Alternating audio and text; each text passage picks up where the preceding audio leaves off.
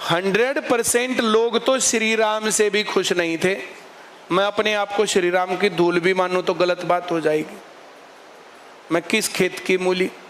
तो सब 100% लोग मेरे से सेटिस्फाइड होंगे ऐसा मैं सोचता नहीं हूं। मैं हाथ जोड़ के माफी चाहता हूं जो लोग मेरी पढ़ाई से, इस सेंटर के सिस्टम से और बाकी चीजों से सेटिस्फाइड नहीं। तो दुनिया में बहुत सारे सेंटर चल रहे हैं,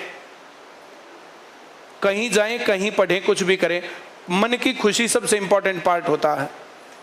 और कोई ये कहे कि हमने यहाँ पढ़ाया ही नहीं, हमने कुछ सिखाया ही नहीं, तो फिर तो क्या इलाज है। आप लोग जाकर के सेंटरों में जाकर के ट्रायल क्लास ले आओ, उनके पास जाकर के टीचर्स का लेवल देखा हो, अपने सवाल और उनके ज्ञान को देखा हो। ये ICS में से सारे के सारे बच्चे जो सिलेक्ट होते हैं बच्चों का खेल है। ऐसा कौन सा सेंटर था जिसमें CET सारे बच्चों का पास हो? अब यहाँ पर 2 बच्चों का मामला आया था बस। प्रशांत थोड़ा सा ढीला रहता है, एक और लड़का था सुल्तान नंबर 2, गैप ले लिया था उसने। उसके अलावा जितने गारंटी बैच के बच्चे थे सबका CET पास था। अब जितने गारंटी बैच के अंदर आगे पढ़ेंगे, जितने उस टेस्ट को करेंगे, उन सब का अगर मामला फिर पास ना हो तो मेरे को फिर पकड़ लेना, मैं जिम्मेदार। जो लोग गारंटी बैच लेके पढ़ रहे हैं, अब चलेगा प्रॉपरली गारंटी बैच, सभी टीचर्स की क्लास चलेंगी। जो ये टेस्ट चल रहे हैं, 4 टेस्ट हो गए, आगे के टेस्ट हम कर रहे हैं, और जो सारी क्लासेस लेकर के प्रॉपरली काम करेंगे, 2023 दिसंबर तक जॉब ना लगे तो मेरे को बता देना। इतना दबदबा और इतना डर प्रशासन को होना चाहिए कि अगर लीक हुआ, अगर गड़बड़ हुई तो फिर से सड़क पर आके बैठ जाएंगे और मामला मुश्किल हो जाएगा।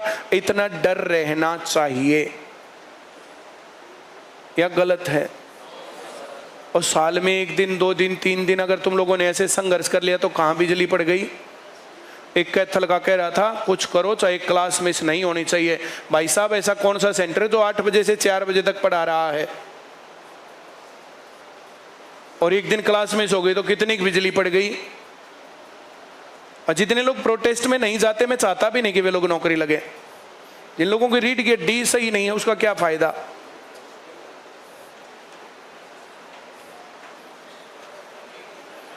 अगली बात बताऊं, लगेंगे भी नहीं, लगेंगे भी नहीं।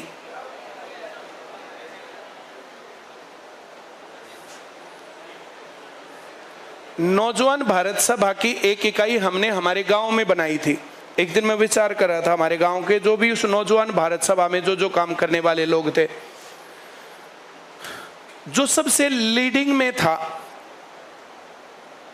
गांव की हमारी यूनिट में, जो सबसे लीडिंग में था, सबसे हायर लेवल की नौकरी पे है, उसकी वाइफ भी जॉब में है, 1 नंबर का जिंदगी है, 1 नंबर की जिंदगी। जितनी बातें यहाँ सीखी, जितनी मैनेजमेंट सीखी, कहाँ दिक्कत आई उसको। दूसरे नंबर के जो लोग थे, तीसरे चौथे के लोग थे, सब लोग गवर्नमेंट जॉब में हैं, बढ़िया लाइफ चल रही है उनकी। और जो लोग उसकी बुराई करने वाले थे ना, कई जने थे, उनका तो ब्याह भी ना हो रहा। ये मजाक की बात नहीं। जिसको सही और गलत का नहीं पता तो सही और गलत का डिसीजन गलत लेगा ना, वो गलत मौके पर। मैं जो कह रहा हूं समझ में आ रहा है?